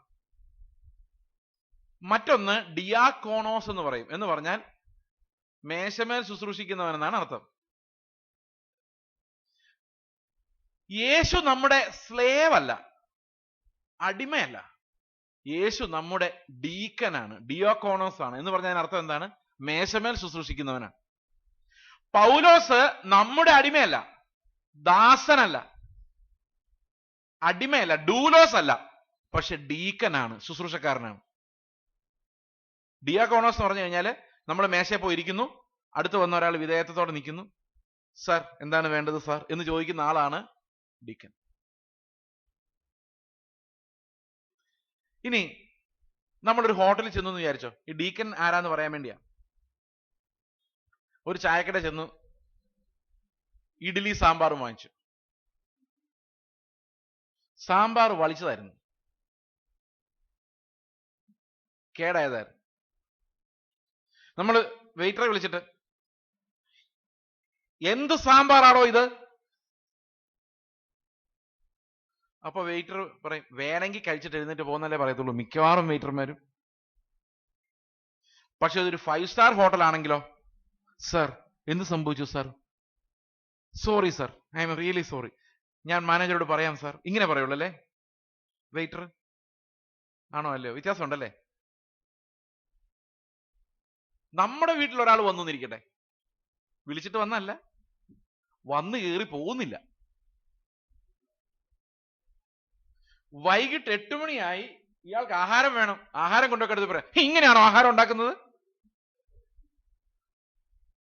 നമ്മൾ ചായക്കടക്കാരന്റെ സ്വഭാവം എടുക്കും, വേണേയും കഴിച്ചിട്ട് പോകും. പക്ഷെ യേശു ആയിരുന്നേ പറയും, എന്തായിരിക്കും പറയുന്നത്? സെർവന്റ് എന്തായിരിക്കും പറയുന്നത്? എന്തു പറ്റി സാർ? ഞാൻ വേറെ കറി കൊണ്ടുവരട്ടെ സാർ ചോദിക്കോ നമ്മള്? അയാൾ അന്ന് പോകുന്നില്ല, പിറ്റേ ദിവസം രാവിലെ ഇതേ പ്രശ്നം ഉണ്ടാകുവാണെങ്കിലോ നമ്മൾ പോലീസിനെ വിളിക്കും. പ്രിയ സഹോദരങ്ങളെ, ഡിയാക്കോണോസ് എന്ന് പറയുന്നത് ആ 5 നക്ഷത്ര ഹോട്ടലിലെ സെർവന്റിനെ പോലെയാണ്. അവന്റെ ഇഡ്ഡലി സാമ്പാറും ഒന്നും അല്ല അത്, അവൻ വെറും സെർവന്റാ. അവൻ ഈ മേശയിൽ ഇരിക്കുന്നവന്റെ സെർവന്റും അല്ല, അവനെ പണിക്ക് വെച്ച ഒരാളുടെ സെർവന്റാ. മനസ്സിലാവുന്നുണ്ടോ? അപ്പൊ ഡിയാക്കോണോസ് എന്ന് പറയുന്നവൻ, ഇവിടെ ഇരിക്കുന്ന പാസ്റ്റർ നിങ്ങളുടെ സർവീസ് ചെയ്യുന്ന ആളാണ്, പക്ഷെ വേറൊരാളാണ് പ്രതിഫലം കൊടുക്കുന്നത്, ആക്കി വെച്ചിരിക്കുവാണ്. നിങ്ങളുടെ അടുത്ത് ഭവ്യതയോടെ നിന്ന് ശുശ്രൂഷിക്കുക, പക്ഷെ ആരോടാ കണക്ക് കൊടുക്കുന്നത്? നിങ്ങളോടല്ല. ഇതാണ് ശുശ്രൂഷകൻ. ഞാൻ ഈ ശുശ്രൂഷകനെ കുറിച്ച് പറയാൻ കാരണം ഇവിടുത്തെ ഈ സഭയിലെ ശുശ്രൂഷകനെ കാണിക്കാൻ വേണ്ടിയല്ല, നമ്മുടെ ഭവനങ്ങളിലെ ഡീക്കൻ ആരാന്ന് ചോദിക്കാൻ വേണ്ടിയാ. Who is the deacon in your home? ആരാണോ ഡീക്കൻ, ആ ആളാണ് ലീഡർ. അതാണ് ക്രിസ്ത്യൻ ഓർഡർ. സന്തോഷമുണ്ടോ? സന്തോഷമുണ്ടോ? നിങ്ങളുടെ വീട്ടിലെ ഡിയാക്കോണോസ്, മേശമേൽ ശുശ്രൂഷിക്കുന്ന ആൾ ആരാണോ ആ ആളാണ് ലീഡർ. അവിടെ കർത്താവ് പറഞ്ഞിട്ടുണ്ട്, ആർക്കെല്ലാം ലീഡർ ആകണം എന്ന് ആഗ്രഹമുണ്ടോ അവരെല്ലാം എന്ത് ചെയ്തോണം? എല്ലാവരുടെയും ദാസനായിരിക്കണം. ഇനി നമ്മുടെ വീട്ടിൽ വന്ന് കയറുന്ന ഒരാളുടെ ദാസനാവുക, ഞങ്ങൾ പലപ്പോഴും കർത്താവ് ഞങ്ങളത് ഡിസിപ്ലിൻ ചെയ്തിട്ടുള്ള ഒരു കാര്യമാണ്. ഞങ്ങളുടെ വീട്ടിൽ ഒരിക്കലും ഞാനും എൻ്റെ ഭാര്യയും ഞങ്ങൾക്ക് രക്തത്തിൽ പിറന്ന മോനുമായിട്ട് താമസിച്ചിട്ടില്ല ഒരിക്കൽ പോലും. ഏറ്റവും കുറഞ്ഞ ഒരു 6-7 പേര് ഞങ്ങളുടെ വീട്ടിൽ എന്നും ഉണ്ട്. ചിലപ്പോൾ ചില കുടുംബങ്ങളൊന്നും ഒരാഴ്ച കഴിഞ്ഞായിരിക്കും പോകുന്നത്. 10-12 പേര്. ഞങ്ങളുടെ വീടിന് ഞാൻ എൻ്റെ ഭാര്യയോട് പറയുമായിരുന്നു, ആന്ധ്രയിലായിരിക്കുമ്പം വീടിന്റെ മാനേജർമാരായിരുന്നാൽ മതി, ഓണർമാരായിരിക്കണ്ട. യജമാനന്മാർ വരും, ആഹാരം വെച്ച് കൊടുത്തിട്ട് സെർവ് ചെയ്ത് നിൽക്കുക, പോകുമ്പം നാളെ പോയാൽ പോരേന്ന് ചോദിക്കുക. ആത്മാർത്ഥമായിട്ട് ചോദിക്കണം, കളിപ്പീരായിട്ട് ചോദിക്കരുത്. കേരളത്തിൽ വന്ന ശേഷം ഇത്തിരി ഒരു കുറവുണ്ട് ആൾക്കാർക്ക്. എങ്കിലും നമുക്ക് നല്ല ഡിയാക്കോണോമാരാകാനെങ്കിൽ ആൾക്കാർ ഇഷ്ടം പോലെ വന്ന് കയറണം. അത് ചിലർ നമുക്ക് ഇഷ്ടമില്ലാത്തവർ വരണം, എങ്കിലും നമ്മൾ ശരിക്കും മരിച്ചിട്ടുണ്ടോ എന്നുള്ള കാര്യം നമ്മൾ അറിയത്തുള്ളൂ. അപ്പോ 2017 നല്ല സെർവൻസ് ആകാൻ ദൈവം നിങ്ങളെ സഹായിക്കട്ടെ. വേണ്ടായിരുന്നു, എന്നാലും ഇരിക്കട്ടെ. ഇനി കുടുംബജീവിതത്തിൽ ഇതേ പ്രശ്നമുണ്ട്. ആരാണ് ഡീക്കൻ? ഞാൻ നിങ്ങളോട് ചോദിച്ചല്ലോ. ഭാര്യമാരെ നിങ്ങളുടെ ഭർത്താക്കന്മാർക്ക് കർത്താവിനെന്ന പോലെ കീഴടങ്ങുവിൻ. ഈ ഭാര്യമാരെ എന്ന് പറഞ്ഞ് എഴുതിയിരിക്കുന്നത് പക്ഷെ വായിക്കുന്ന ഭർത്താക്കന്മാരാ, ഭാര്യമാരത് വായിക്കത്തില്ല. അത് ഭർത്താക്കന്മാർ വായിക്കാതിരിക്കാൻ വേണ്ടിയാണ് പൗലോസ് പ്രത്യേകിച്ച് ഭാര്യമാരെ എന്നും പറഞ്ഞ് സീക്രട്ടായിട്ട് പറഞ്ഞത്. പക്ഷെ അത് ഇവര് വായിക്കുകയും ചെയ്യും. അത് കഴിഞ്ഞ് ഭർത്താക്കന്മാരെ എന്ന് വിളിച്ച് പറഞ്ഞേക്കുന്ന കാര്യം ഞങ്ങളാരും വായിക്കില്ല, അത് നിങ്ങളെ വായിക്കുള്ളൂ. അങ്ങനെ നമ്മുടെ സ്വഭാവം. വേറൊരാൾക്കുള്ള കത്തേ നമ്മൾ വായിക്കത്തുള്ളൂ. പക്ഷെ ഞാനത് പലപ്പോഴും ആലോചിച്ചിട്ടുണ്ട്. ഈ ഭാര്യയുടെ പണിയാണോ എളുപ്പം, ഭർത്താവിന്റെ പണിയാണോ എളുപ്പം? ഈ ഭാര്യമാർക്ക് സഹിക്കാൻ പറ്റത്തില്ല സബ്മിറ്റ് ചെയ്യാൻ പറഞ്ഞു കഴിഞ്ഞാൽ, സഹിക്കാൻ പറ്റത്തില്ല. കാരണം ഒന്നാമത് 21-ാം നൂറ്റാണ്ടിൽ സബ്മിഷൻ എന്നൊക്കെ പറഞ്ഞു കഴിഞ്ഞാൽ ഒരുമാതിരി എന്താ പറയുന്നേ. പക്ഷെ ഞാൻ നോക്കിയിട്ട് ഭർത്താവിന്റെ പണി തന്നെയാ പാട്, ഭയങ്കര പാട്. അവിടെ പറഞ്ഞിരിക്കുന്നേ, കർത്താവ് എങ്ങനെ സഭയെ സ്നേഹിച്ചോ അതുപോലെ ഭാര്യയെ സ്നേഹിക്കണമെന്ന്. അവിടെ ഒരു വലിയ പ്രശ്നമുണ്ട്. ഈ കർത്താവ് ഈ സഭയുടെ കാല് കഴുകിയതാ.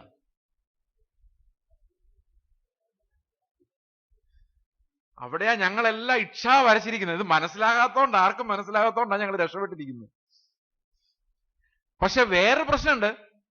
ഭർത്താവ് സെർവന്റ് ആയി കഴിയുമ്പോൾ ഭാര്യ ആ സെർവന്റിന്റെ സെർവന്റ്. അങ്ങനെയുള്ള ഒരു കുടുംബം എന്ത് ബ്യൂട്ടിഫുൾ ആയിരിക്കും എന്ന് ആലോചിച്ചു.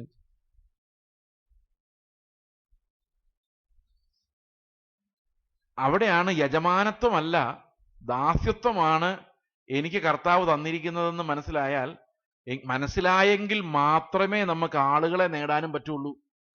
ഞാനിത് പറയാൻ കാരണം, യേശുവിന് എന്നെ നേടാൻ അത്രയും ദാസ്യത്വത്തിലോട്ട് ഇറങ്ങി വരേണ്ടി വന്നാൽ നമ്മുടെ അയൽവക്കക്കാരനെ നേടാൻ അതുപോലെ ഞാനും ഒരു ദാസനാകേണ്ടി വരാം. നമ്മൾ ഒരാളെ നേടാൻ, ഞങ്ങളുടെ വീട്ടില് ആളുകൾ വന്ന് താമസിക്കുമ്പോൾ മനസ്സിൽ ഇങ്ങനെ ഒരു ആഗ്രഹമാണ്, യേശുവിനെ പോലെ ശുശ്രൂഷിച്ച് ഇയാളെ യേശുവിനെ കാണിച്ചു കൊടുത്ത് വിശ്വാസത്തിൽ കൊണ്ടുവരണം. അപ്പൊ ദാസരൂപം എടുക്കാതെ ഒരു മനുഷ്യനും ശിഷ്യനാക്കാൻ പറ്റത്തില്ല. പള്ളി കൊണ്ടുവരാം,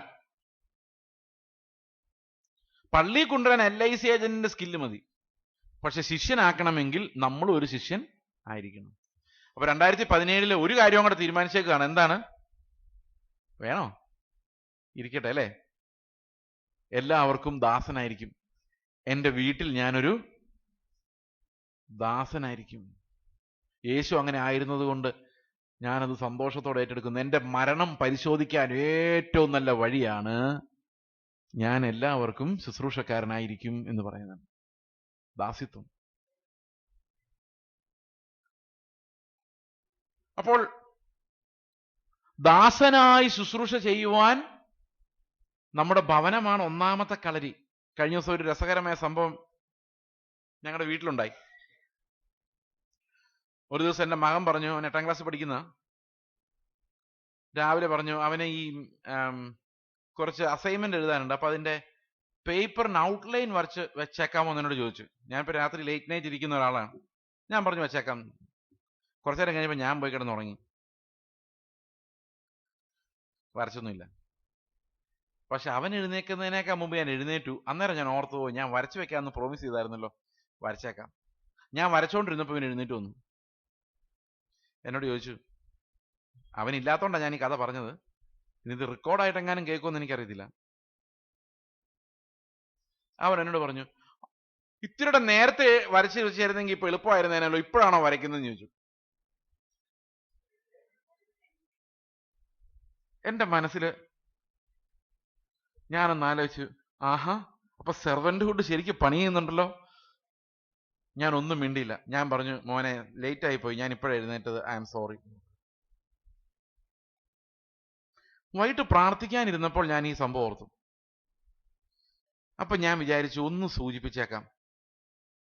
കാരണം സൂചിപ്പിക്കണ്ടായിരുന്നു, മകനായതുകൊണ്ടാണ് സൂചിപ്പിച്ചത്. ഞാൻ പറഞ്ഞു, മോനെ, പപ്പ നിന്റെ സെർവന്റ് ആയിരിക്കുന്നതിൽ മടിയുള്ള ആളൊന്നുമല്ല. കാരണം യേശു എന്റെ സെർവന്റ് ആയിരുന്നു. അതുകൊണ്ട് നിനക്ക് ഇനി വേണേലും ഞാൻ വരച്ചു തരാം, കുഴപ്പമൊന്നുമില്ല. ഇത്രേ പറഞ്ഞുള്ളൂ.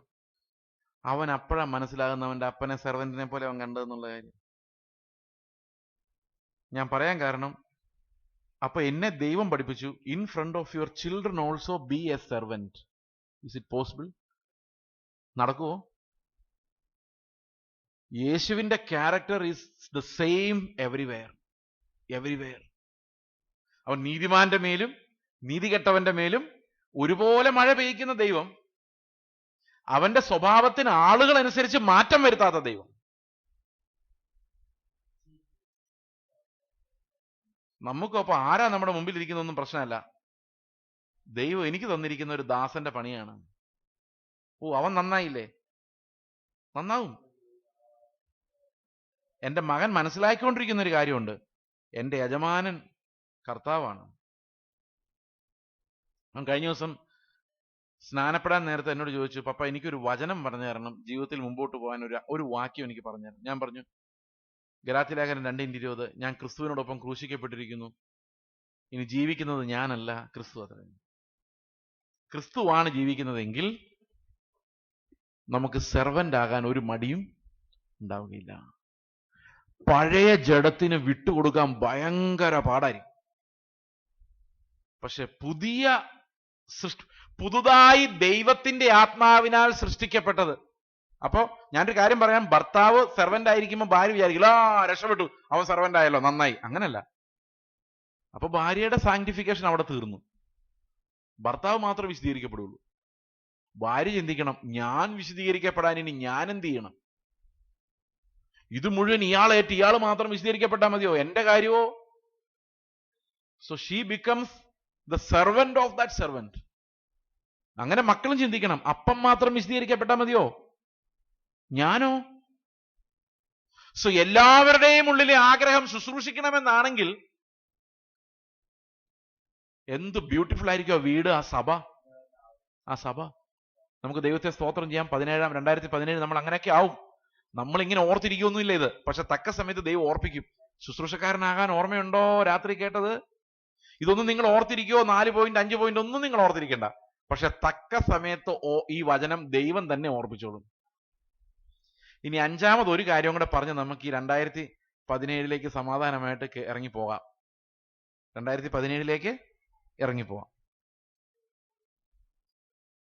നിങ്ങൾ വീണ്ടും ജനിച്ചപ്പോൾ, ദൈവത്തിന്റെ ആത്മാവ് നിങ്ങളിൽ വന്നപ്പോൾ, നിങ്ങൾക്ക് എല്ലാവർക്കും എന്തെങ്കിലുമൊക്കെ കൃപാവരങ്ങൾ തന്നിട്ടുണ്ട്.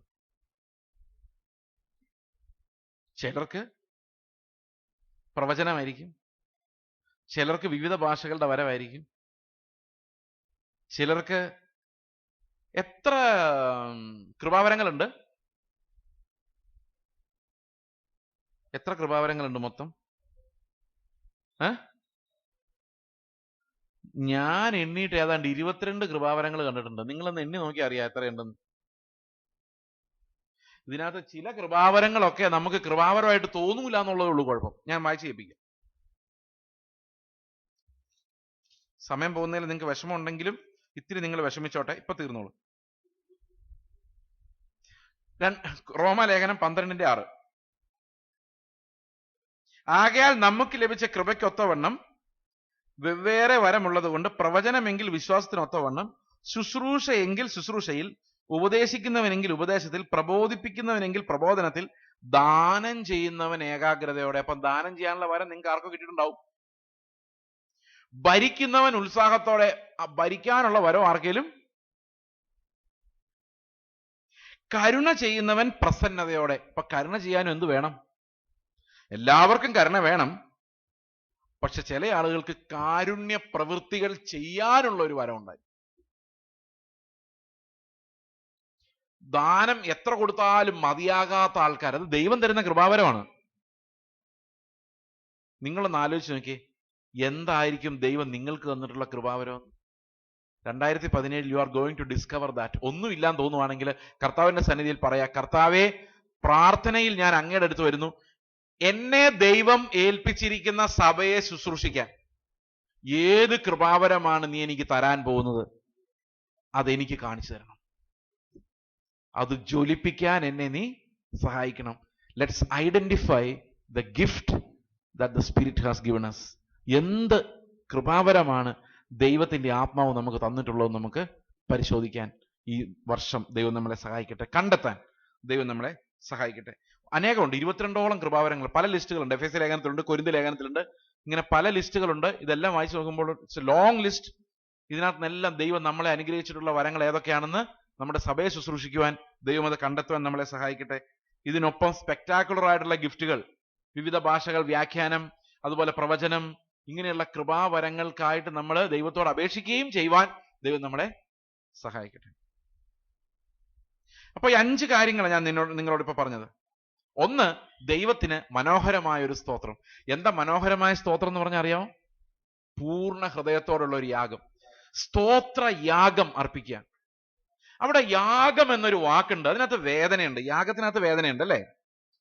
ഈ നമ്മൾ സാധാരണ പെന്തക്കോസ്തുകാർ ആരാധിക്കുമ്പോൾ ഉണ്ടാകുന്ന വേദന എന്ന് പറയുന്നത് കുറെ ഉറക്ക പാട്ട് പാടി കഴിയുമ്പോൾ, ഒന്നാമത് ഈ മൈക്ക് വെച്ചുള്ള പാട്ടായതുകൊണ്ട് അവരോട് മത്സരിക്കാൻ എൻ്റെ തൊണ്ടയ്ക്ക് സാധാരണ സാധിക്കാറില്ല. അപ്പൊ ഉറക്ക പാട്ട് പാടി കഴിയുമ്പോഴേക്കും ഇവിടെ എല്ലാം ഒരു പെയിൻ വരും. പിന്നെ ഞാനങ്ങ് നിർത്തും. എല്ലാവരും ഒരു സൗണ്ടിൽ പാടുവാണെങ്കിൽ എനിക്കും പാടാൻ എളുപ്പമുണ്ട്. എൻ്റെ കാര്യം ഞാൻ പറഞ്ഞു. അപ്പം ആ വേദനയല്ല യാഗം. പിന്നെ സ്തോത്രം സ്തോത്രം ഒത്തിരി നേരം പറയുമ്പോൾ ഉണ്ടാകുന്ന വേദനയും തളർച്ചയൊന്നും അല്ല ഈ സ്തോത്രയാഗത്തിലെ യാഗം. സ്തോത്രം ഞാൻ ദൈവത്തിന് പറയുമ്പോൾ യാഗമാകുന്നത് എൻ്റെ പഴയ മനുഷ്യനാണ്. കുഞ്ഞാടെ നീ യോഗ്യൻ എന്ന് പറയുമ്പം അയ്യോ ഞാൻ അയോഗ്യനാണേ എന്ന് പറഞ്ഞ് മാറി നിൽക്കുന്ന ഒരു ഞാനുണ്ട്. DL മൂടി ഒരിക്കൽ പറഞ്ഞിട്ടുണ്ട്, സുവിശേഷ വേലയിൽ എന്നെ ഏറ്റവും കൂടുതൽ പ്രയാസപ്പെടുത്തി ഒരുത്തനുണ്ട്. ആരാന്നറിയാമോ? അത് ഈ ഞാനാണ്, മിസ്റ്റർ ഐ. ഈ ഞാനല്ല കേട്ടോ, ആ ഞാൻ. So let us offer a beautiful praise. ആരാധന ഒന്നാമത്തെ കാര്യം. രണ്ടാമത്തെ കാര്യം, കർത്താവിനൊരു പെർഫെക്റ്റ് സാക്ഷിയാകുവാൻ ദൈവം നമ്മുടെ ഭവനത്തിലും നമ്മുടെ ബന്ധങ്ങളിലും നമ്മുടെ അയൽവക്കങ്ങളിലും നമ്മുടെ ചുറ്റുമുള്ളിടത്തെല്ലാം യേശുവിന്റെ ഒരു പെർഫെക്റ്റ് വിറ്റ്നസ് ആകാൻ വാക്ക് നമുക്ക് പറയാൻ പറ്റില്ലെങ്കിൽ. എത്ര സുവിശേഷമുണ്ട്? എത്ര സുവിശേഷമുണ്ട്? ബൈബിളിൽ എത്ര സുവിശേഷമുണ്ട്? മൊത്തം എത്ര സുവിശേഷമുണ്ട്?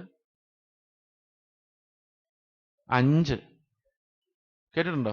മത്തായി, മർക്കോസ്, ലൂക്കോസ്, യോഹന്നാൻ, ഞാൻ. ഈ മത്തായി, മർക്കോസും, ലൂക്കോസും, യോഹന്നാനും വായിക്കാത്തവനും എന്നെ വായിച്ചോണ്ടിരിക്കുന്നത്. അത് വായിക്കാതിരിക്കാൻ നമ്മൾ പറഞ്ഞാലും അവർ വായിക്കും.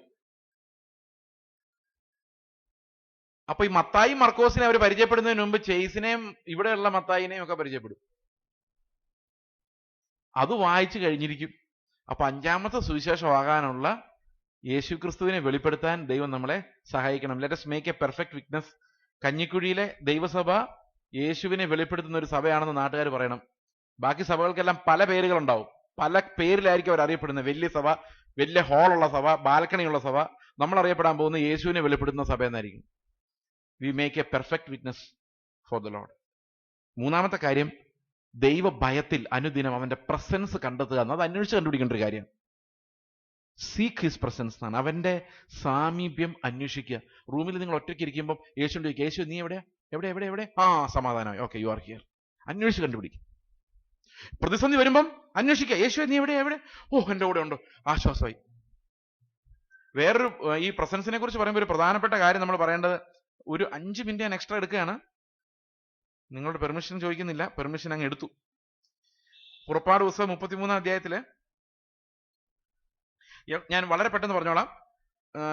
അനന്തരം യഹോവ മോശയോട് കൽപ്പിച്ച 1-ാം വാക്യം, നീയും മിസ്രയീം ദേശത്ത് നീ കൊണ്ടുവന്ന ജനവും ഇവിടെ നിന്ന് പുറപ്പെട്ട് നിന്റെ സന്തതിക്ക് കൊടുക്കാമെന്ന് ഞാൻ അബ്രഹാമിനോട് ഇസ്ഹാക്കിനോട് യാക്കോബിനോട് സത്യം ചെയ്ത ദേശത്ത് പാലും തേനും ഒഴുകുന്ന ദേശത്തേക്ക് തന്നെ പോകുവിൻ. നല്ല കാര്യം, പറഞ്ഞ സ്ഥലത്തേക്ക് തന്നെ നിങ്ങൾ പോക്കോ. പിന്നെ വേറൊരു കാര്യം ഞാൻ നിങ്ങൾക്ക് സഹായമായിട്ട് ചെയ്യാം. ഞാനൊരു ദൂതനെ നിനക്ക് മുമ്പായിട്ട് അയക്കാം. നീ പോവല്ലേ, അതിനു മുമ്പ് ഞാനൊരു ദൂതനെ നിനക്ക് മുമ്പായിട്ട് അയക്കാം. കനാന്യർ, അമോര്യർ, ഹിത്യർ, പെരിസ്യർ, ഹിവ്യർ, യെബൂസ്യർ എന്നിവരെ ഞാൻ ഓടിച്ചു കളയും. അപ്പൊ നിങ്ങൾ പോയി യുദ്ധം ചെയ്യണ്ട, നിങ്ങൾ കഷ്ടപ്പെടണ്ട, ഒരു പ്രയാസവും വേണ്ട, ധൈര്യമായിട്ട് കനാനിലോട്ട് വിട്ടോ. ഒരു ദൂതനെ ഞാൻ വിട്ട് അവൻ യുദ്ധം ചെയ്തോളൂ. ഒരു ദൂതൻ മതി നമ്മൾ ചെയ്യുന്ന മുഴുവൻ യുദ്ധം ചെയ്യാൻ. ഈ കനാന്യരെ, ഫിസ്ത്യരെ, ഹിത്യരെ, യെബൂസ്യർ ഇവരെല്ലാരും ഓടിക്കാൻ ഇവന്മാരെല്ലാം കൂടെ ശ്രമിച്ചാലും നടക്കാത്തത് ഒരൊറ്റ ദൂതനെ കൊണ്ട് നടന്നോളൂ. അപ്പൊ കർത്താവ് പറഞ്ഞത്, നിങ്ങൾ പോയിക്കോ, നിങ്ങളുടെ മുമ്പേ ഞാൻ ദൂതനെ അയച്ചോളാം. എന്ത് നല്ല ഓഫർ ആയിരുന്നതല്ലേ. അങ്ങനെയെങ്ങാൻ ഇസ്രായേൽ മക്കൾ സമ്മതിച്ചായിരുന്നെങ്കിൽ ഇവര് കനാൻ ദേശത്ത് ഒരു യുദ്ധം ചെയ്യേണ്ടി വരില്ലായിരുന്നു. ഇവർ വരുമ്പോഴേക്കും ഇവന്മാരെല്ലാം ഓടിക്കൊണ്ടേനെ. ആ ഓഫർ ഇസ്രായേൽ മക്കൾ സ്വീകരിച്ചില്ല. ഓഫറിനകത്തൊരു പ്രോബ്ലം ഉണ്ടായിരുന്നു. എന്തായിരുന്നു? വഴിയിൽ വെച്ച് ഞാൻ നിന്നെ നശിപ്പിക്കാതിരിക്കേണ്ടതിന് ഞാൻ നിന്റെ നടുവിൽ നടക്കൂല. അത്രയേ ഉള്ളൂ. ഞാൻ നിന്റെ കൂടെ നടന്നാൽ നീ കനാനിൽ എത്തൂല, നിന്നെ അതിനു മുമ്പ് കൊല്ലേണ്ടി വരും. അതാ നിന്റെ സ്വഭാവം. അതുകൊണ്ട് ഞാനൊരു പണി ചെയ്യാം, ദൂതന്മാരെ വിട്ടെല്ലാം റെഡിയാക്കി തരാം, പ്രസൻസ് മാത്രം തരത്തില്ല. മോശ പറഞ്ഞു, നിന്റെ സാന്നിധ്യം ഞങ്ങളുടെ കൂടെ പുറപ്പെടുന്നില്ല എങ്കിൽ ഞങ്ങൾ എങ്ങോട്ടും ഇല്ല. കനാനും വേണ്ട, ഒന്നും വേണ്ട. The most precious thing is Jesus is with me. അവന്റെ പ്രസൻസ് എന്റെ കൂടെ ഉണ്ട്. വില കൊടുക്കണം, ബട്ട് അവന്റെ പ്രസൻസിന് വേണ്ടി daily to live in his presence. അത് 3-ാമത്തെ കാര്യം. 4-ാമത്തെ കാര്യം, be a deacon to every one എന്നുള്ളതാണ്. ഞങ്ങളുടെ സഭയിൽ ഓങ്കോളിൽ ഞങ്ങൾ പറയുമായിരുന്നു, ആരാ ഇവിടുത്തെ ലീഡർ എന്നറിയാവോ? ആരാണോ പാവിടർത്തി ഇടുന്ന അടിച്ചു വരുന്ന അവനാണ് leader. Let the deacon be the leader എന്ന് പറഞ്ഞാൽ അതിനേക്കാൾ നല്ലത് let the leader be the deacon. ചർച്ചിലെ കാര്യമല്ല കേട്ടോ ഞാൻ പറയുന്നത്. In your home, in your relationships, you be the deacon. ദാസരൂപം എടുക്കാതെ ഒരിക്കലും നമുക്ക് ദൈവത്തിലേക്ക് ഒരാളെ പോലും കൊണ്ടുവരാൻ സാധിക്കില്ല. 5th തിങ്, നമ്മെ യേശുവിന്റെ ശരീരത്തോട് ഒട്ടിച്ചു ചേർത്തിരിക്കുന്ന ആത്മാവ് എന്ത് ശുശ്രൂഷയാണ് നമ്മളെ ഏൽപ്പിച്ചിരിക്കുന്നതെന്ന് പരിശോധിക്കുകയും ആ കൃപാവരത്തെ ജ്വലിപ്പിക്കാനോ നിങ്ങൾക്കത് മനസ്സിലാകുന്നില്ലെങ്കിൽ കൃപാവരങ്ങളെ തന്ന് ദൈവം അനുഗ്രഹിക്കേണ്ടതിന് പ്രാർത്ഥിക്കുവാനും ദൈവം ഈ വർഷം നമ്മെ സഹായിക്കട്ടെ. ദൈവം ഇത്രയും സമയം നമുക്ക് തന്നു ഒന്നിച്ച് ചെലവഴിക്കുവാൻ. ഞാനും വളരെ സന്തോഷത്തോടെ ദൈവത്തെ സ്തോത്രം ചെയ്യുന്നു. നിങ്ങൾക്ക് നല്ലൊരു വർഷം ആശംസിക്കുന്നു. നമുക്കൊരു നിമിഷം പ്രാർത്ഥിക്കാം. ഞങ്ങളുടെ സ്വർഗസ്ഥ പിതാവേ, അങ്ങയുടെ നാമം ഞങ്ങളിലൂടെ മഹത്വപ്പെടുവാൻ ഈ നിസ്സാരന്മാരായ ഞങ്ങളെ അവിടുന്ന് തെരഞ്ഞെടുത്തു എന്ന അത്ഭുതത്തെ ഞങ്ങൾ ഓർത്ത് അങ്ങേ സ്തോത്രം ചെയ്യുന്നു. അങ്ങേക്ക് അതിമനോഹരമായ സ്തോത്രം അർപ്പിക്കുവാൻ, ആരാധന അർപ്പിക്കുവാൻ ദൈവമേ ഈ വരുന്ന വർഷം മുഴുവൻ ഞങ്ങളെ അവിടുന്ന് യോഗ്യരാക്കണമേ. കർത്താവെ, ദാസനെ പോലെ ശുശ്രൂഷ ചെയ്ത് സുവിശേഷമായി എഴുതപ്പെടാത്ത വാക്കുകളാൽ അല്ലാത്ത സുവിശേഷമായി ഞങ്ങളുടെ ചുറ്റുമുള്ളവർക്ക് ഞങ്ങളെ തന്നെ വെളിപ്പെടുത്തി കൊടുക്കുവാൻ ഞങ്ങളെ അവിടുന്ന് സഹായിക്കണമേ. ഞങ്ങൾക്കുള്ള കൃപാവരങ്ങളെ വെളിപ്പെടുത്തി തരണമേ.